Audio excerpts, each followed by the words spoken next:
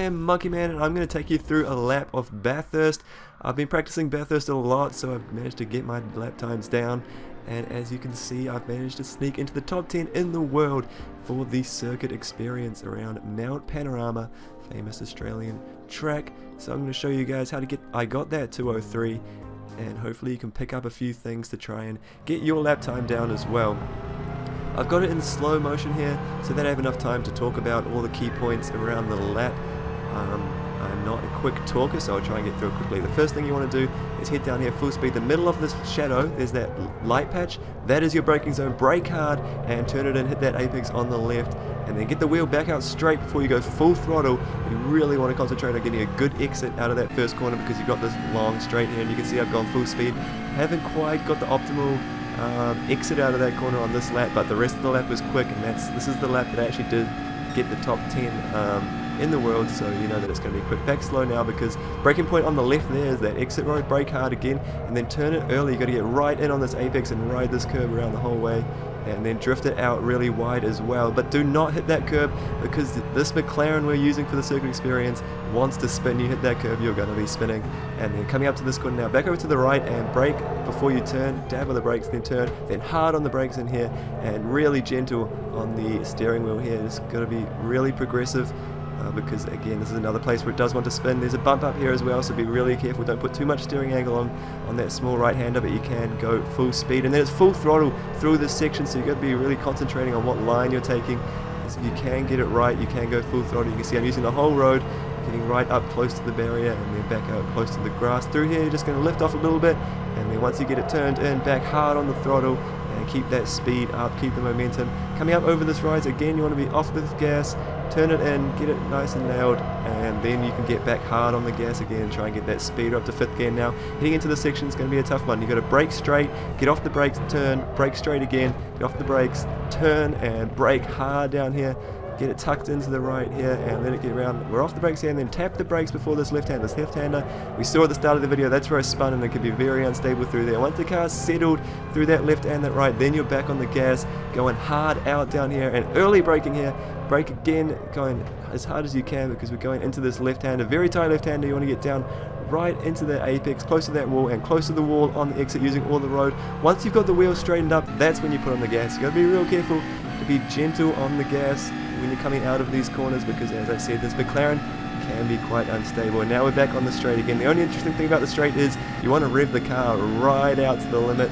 This McLaren likes to be in those high rev zones. That's how you're going to be fastest down the straight. Now this right hander, of course, it's full speed, and then we're coming in between the 150 and the 100. There's a dark patch. That's your braking zone. Hit the brake hard again. This is the longest braking zone, and then turning in off the brakes as you turn in. You want to be braking on a straight line.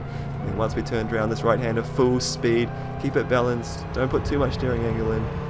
The less steering angle, the faster the car will travel. And then we're flat out down to the last corner of the track, and on the left hand side where that curb starts, that's where you start braking. Back down to 2nd gear. You have to turn quite early to get it into this apex here, and then gently on the gas, back on the gas, full throttle once around the corner, and we're heading over the line now to complete the lap around Mount Panorama, around Bathurst. And we've done it in a 2:03.3. How's that, folks? And you can see that I was quite stoked about that. That was a good lap indeed. I've been practicing for quite some time, so that's how I did it. That's all the little braking points and little tricks of getting around the course.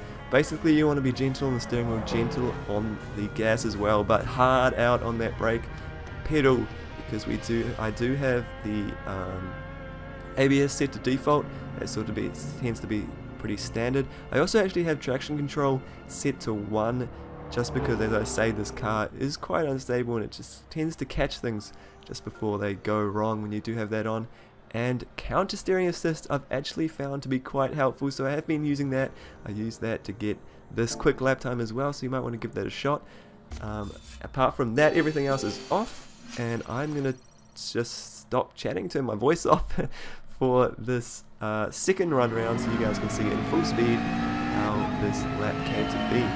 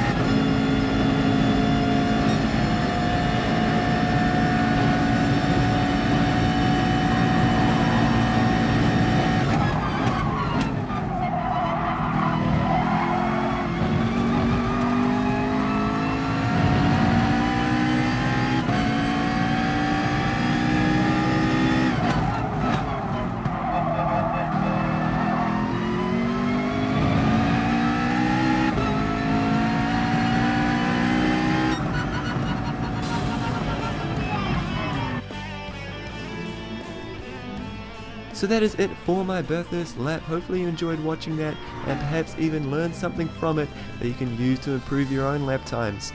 I will have heaps more racing content coming up on my channel, so if you do want to subscribe, click the logo up on screen now. And if you do want to go and watch a sort of trailer type awesome montage video that I made, you can click that on screen as well. Apart from that, that is it for this video, and just remember to wear your sunscreen.